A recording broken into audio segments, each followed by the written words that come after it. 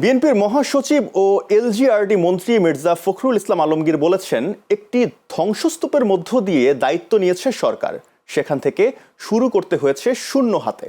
সকালে ঠাকুরগাঁও জেলা শহরের তাঁতিপাড়ায় ঠাকুরগাঁও বিশ্ববিদ্যালয়ের অস্থায়ী কার্যালয়ের উদ্বোধনী অনুষ্ঠানে কথা বলেন তিনি।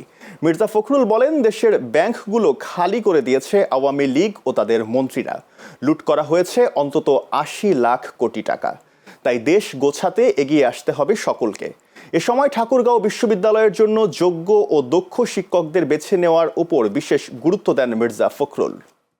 শিক্ষক নিয়োগের ক্ষেত্রে বা অন্যান্য নিয়োগের ক্ষেত্রে কোনো রকম আপনার নেপোটিজম, স্বজনপ্রীতি বা অন্য কিছু করার সুযোগ যেন সৃষ্টি না হয়।